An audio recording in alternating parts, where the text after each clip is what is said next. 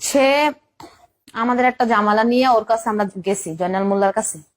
যাওয়ার পরে আমার মার মোবাইল নাই, তো আমার আমার নাম্বারটা ও নিছে, নিয়ে বলতেছে যে মামলার বিষয় এটা, যে শান্তা, মানে তখন আমারে বাগ্নি হিসাবে দেখতো, যে শান্তার নাম্বারটা দেন, আপনি যেহেতু মোবাইল নাই, স্মার্টফোন নাই আপনার কাছে, তা আপনি শান্তার নাম্বারটা দেন, ওই নাম্বারে আমি মামলার বিষয়ে আপনার সাথে কথা বলবো, আমি আপনার কাগজ টাগজ পাঠাবো এইসব ব্যাপারে। তখন আস্তে আস্তে আমার লোক ফেসবুকে অ্যাড হইছে, আমার বড় ভাই বড়দা, ও আমার না করছে যে ওর সাথে কি লেগে অ্যাড হইছো তুমি, আমার অনেকেই আরো বলছে। তা আমি বলছি যে জামালাটার বিষয়ে ওর লোকে অ্যাড হইছি, অন্য কিছুই না। তখন আমি বিশ্বাস করছি না ও যে এত খারাপ, আমার ভাই তখনই আমার সাবধান করছে। তখন আস্তে ধীরে ও আমার মেসেজ লেখে, এটা এটা অনেক কিছু লেখে, ছবি দেয়, এটা আমি তখনও গুরুত্ব ভাবে নিছি না। আমি আমার মারে কই যে মা এগুলা কি, এবার তো আমার ছবি দেয়, এটা এটা অনেক মেসেজ করে, সুন্দর সুন্দর মেসেজ লেখে। তখন ও মা বলতেছে আমার একদিন যে হ্যাঁ কিন্তু বা খারাপ লোক, হ্যাঁ থেকে তুমি আস্তে আস্তে সরে দাও, মেসেজও করো না, তো এত ফোনও দিও না, হ্যাঁ খারাপ মানুষ। যে আমি বলতেছি যে মা আমি যদি হ্যাঁ আমি বলি যে আপনার সাথে আমি আর কথা বলবো না, এগুলো দিয়ে দেন না বললে ওই হ্যাঁ আমার গালিগালাজ করে, ও মানে নোংরা কথা বলে বাড়িতে এসে হাজির হয়ে যাবে। তুমি তো দেখো একটা না একটা বাহানা দিয়ে আমরা বাড়িতে এসে পড়ে, তুমি তো জানো না। তো মা বলতেছে ঠিক আছে এখন ধৈর্য ধর, এখন কিছু বলিস না, তে খারাপ লোক, আমি তো তোর আগেই বলছিলাম।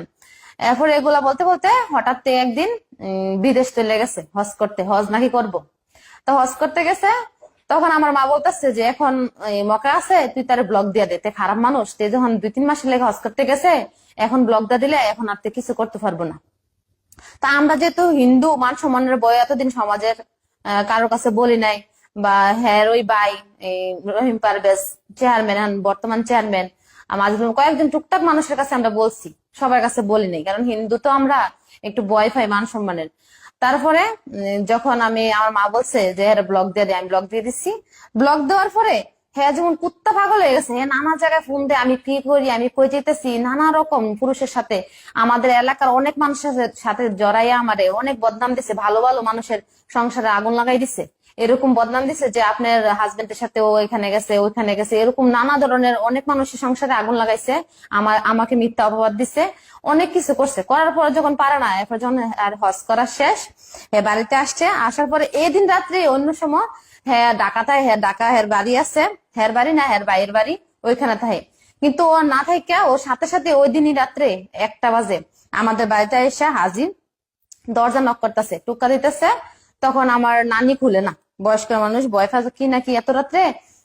তখন আমার মা বলতেছে যে শান্তার বাবু মনে হয়, এত রাত্রে নাহলে আর কি আসবো, খুলো। হ্যাঁ মানে হঠাৎ করে আগে দরজা খুলছি, হ্যাঁ আমার গায়ের উন্নার ধরে হাতে ধরে টানাটানি শুরু করে দিছে, এদিকে আসো এদিকে এসো, মানে মানে টানাটানি শুরু করে দিচ্ছে। আমি তো ভয় পাইয়া ঘাবড়ে গেছি, আমি কথা কমু না, আমি হ্যার সাথে কথা কমু না যে আমি আপনার সাথে কথা বলবো না, আমি ভয়ে আমি অন্যরকম পালাই গেছি, মানে গিয়ে লুকাইয়া রয়েছি। তখন আমার নানিরে আমার মারে অনেক হেনস্থা করতেছে, করার পরে কোনো মতে হেরে বের করতে হয় না, প্রায় 2:30 বেজে গেছে, এরপরে হেরে বের করছে।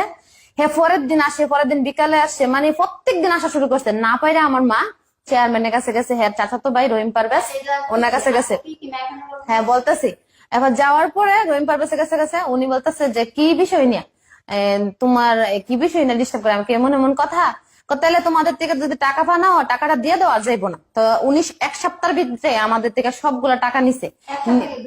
হ্যাঁ 2 দিন পরে দিয়ে দিছে, উনি ডেট দিছে 1 সপ্তাহ, কথা আছিল 6 মাস পরে দিব, এটা কিস্তি হিসাবে আনছি ফ্রিজটা। এখন নিচে দিয়ে দিয়েছে, তারপর হ্যাঁ আসা বন্ধ না, হ্যাঁ রাত দিন আমার এইভাবে ডিস্টার্ব করতেছে, অনেক রকম অপবাদ দেওয়ার চেষ্টা করতেছে, হ্যাঁ বন্ধ না। হ্যাঁ এমন একটা খারাপ মানুষ, হ্যাঁ বাজে নেশা করে, ইয়াবাখুর গাঁজাখুর, মানে কোনো ইয়ে নাই যে বাকি নাই, গ্রামের সব এলাকার মানুষ হ্যাঁ বয়ে কিছু বলতে পারে না। এমন অনেক মেয়ের হ্যাঁ নষ্ট করছে। আমাদের এই হিন্দু সমাজে একটা মেয়ে আছে ঝুমু, এই হ্যাঁ বাবার নাম বাদল, এই মেয়েটার এইভাবে উত্তক্ত করছে, আরো আছে অনেকগুলা মেয়ে হেরারও এইভাবে ডিস্টার্ব করে, গ্রাম ছাড়া করছে, অনেকে গেছে ইন্ডিয়া, এভাবে এভাবে। হ্যাঁ বয়স কমে 60, হ্যাঁ বিয়ে করে না, হ্যাঁ মেয়েদেরকে নষ্ট করার দান্দা হ্যাঁ এইসব করে, হ্যাঁ এত খারাপ মানুষ, দুশ্চরিত্র, মানে বলার মতো না। তারপরে হ্যাঁ ভালো ভালো মানুষের সাথে জড়াই আমার বদনাম করছে, হ্যাঁ আর বিচার আল্লাহ করে না। তো আমার একটাই অনুরোধ, আমি এতদিন অনেক সহ্য করছি, সহ্যের সীমা ও পরশুদিন শুক্রবার রাত্রে সহ্যের সীমা বের করে লেছে।